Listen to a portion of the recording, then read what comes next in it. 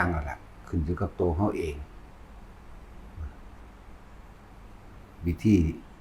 ที่เฮ็ดให้จิตตั้งมั่นที่เฮ็ดให้เกิดสมาธิวิธีทรงฌานต่างๆแนะให้เบิดจนละเอียดคักก็ล่ะเดี๋ยวแต่ตัวพวกเขาเองเฮ็ดเองเด้อขึ้นอยู่กับเจ้าของเด้ขึ้นอยู่กับตัวเองบ่ได้ขึ้นอยู่กับเพิ่นเด้บ่ได้ขึ้นบ่ได้มีความผิดเด้ผู้เพิ่นแนะก็ดีหนทางมีอยู่แต่เฮาบ่ไปเดินตามทางนั้นทางก็บ่ได้มีความผิดเด้ยามีอยู่แต่ว่าเฮาบ่กินยาเองยาก็บ่ได้ผิดเด้นั่นแหละขึ้นอยู่กับตัวเองแนะให้เบิดทุกกิทุกกีล่ะทุกความละเอียดการที่อธิบายเรื่องของจิตเรื่องของความคิดเนี่ยมันบ่แม่นของง่ายเด้ถ้ามันบ่เป็นเองบ่แม่นของง่ายจังว่าทุกคนก็เฮ็ดเอาในตัวเองแต่ก็บ่ต้องเคร่งเครียดดอกก็เป็นธรรมดาเฮาก็ค่อยสั่งสมไปสงบมั่งประสบมั่งสงบมั่งก็รู้มันไปนั่นแหละอย่าไปเร่งเอาผลมันแต่เอาให้สร้างเหตุคือลมนึงทำความเข้าใจอีกระดับนึงคำว่าสติปัฏฐาน4เนี่ยแปลว่านึกถึงคิดถึงในฐานที่ตั้งแห่งจิต4อย่างกายเวทนาจิตจิตเวทนากายทำความรู้สึกอยู่ในกายรู้สึกด้วยลมหายใจเข้าออกก็เอิ้นว่าทำความรู้สึกในกายคือกายในกายแล้วทำความรู้สึก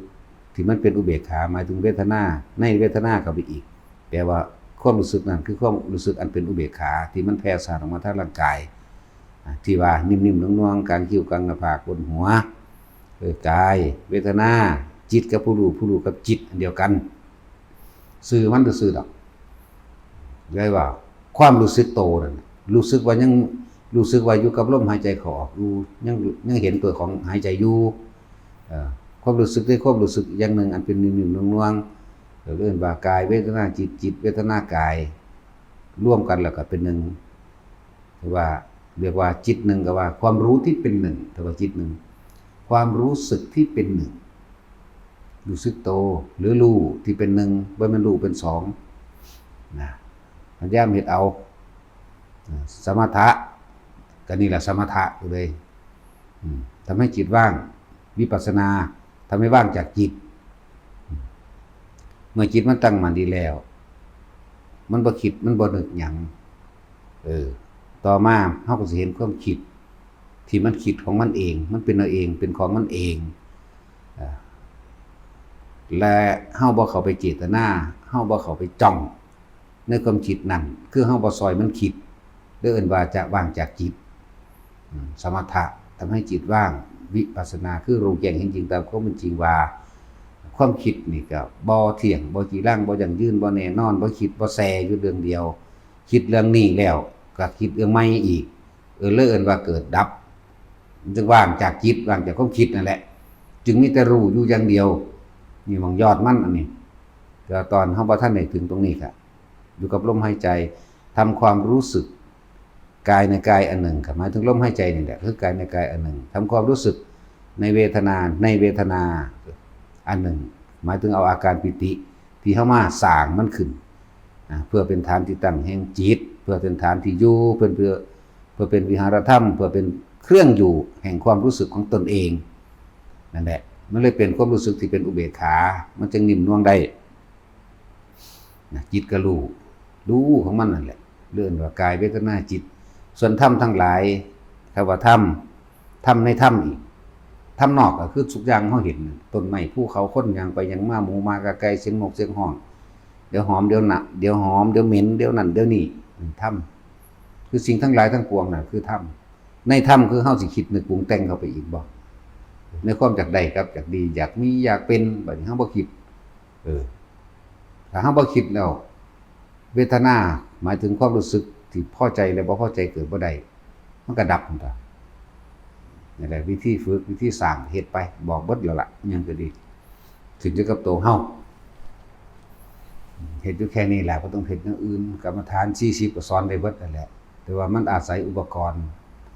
มันอาศัยอันอื่นมันบ่อยู่กับตัวเฮาเลย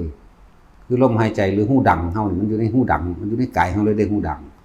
ถ้าว่ากสิณแต่ต้องไปตัดภาพสีเขียวสีเหลืองสีแดงปั้นดินตักน้ำแต่ว่ากสิณก็ดีต้องไปอาศัยเพ่งล่มเพ่งยอดไม้ปลายไม้ว่าไปแต่ว่าอาสุภะก็ต้องไปหากระดูกกระเดี่ยวมาเบิ่งหรือภาพซากศพมาเบิ่งอย่างนั้นแหละอันนี้ง่ายแล้วอยู่กับตัวเฮาเลยอยู่กับความคิดของเฮาคิดนึกเข้ามาสู่ลมหายใจนี่เย็นอยู่ในโพรงจมูกสู่ลมหายใจเข้าก็เย็นหายใจออกก็เย็นเหมือนว่าเขาบ่ออกแต่ว่ารู้ว่าเขาบ่ออกนั่นแหละอยู่แค่นี้แต่ว่าเน้นย้ำอยู่อันเดียวนี่แหละต่อไปมันก็ตั้งมันแล้วก็เห็นคนยางมากคนก็ยางหนีจากเฮาคือเก่าหลังบ่แซ่อยู่หั่นดอกนี่เห็นความเกิดดับก็ว่าจนจิตมันตั้งมั่นดีเข้าเดียวจังว่าเทียบแล้วเทียบคือเทียบอยู่เรื่อยๆนั่นแหละเฮาไปนำทางเฮาบ่คิดนึกปรุงแต่งออกไปเฮาเห็นเสาไฟฟ้าสายไฟฟ้าเฮาก็บ่ได้ไปคิดกับเสาไฟฟ้าสายไฟฟ้าดิมันก็เลยบ่มีความสุขความทุกข์เกิดขึ้นได้ต้นไม้เบิดทุกต้นก็เพียงแค่ว่าตามันผ่านไปซื่อๆเสียงนกเสียงคนเสียงหมาเสียงรถมันก็เสียงของมันออกไปมันก็ผ่านไปซื่อนั่นแหละเกิดดับก็ดีเฮาบ่ดึงเข้ามาแม่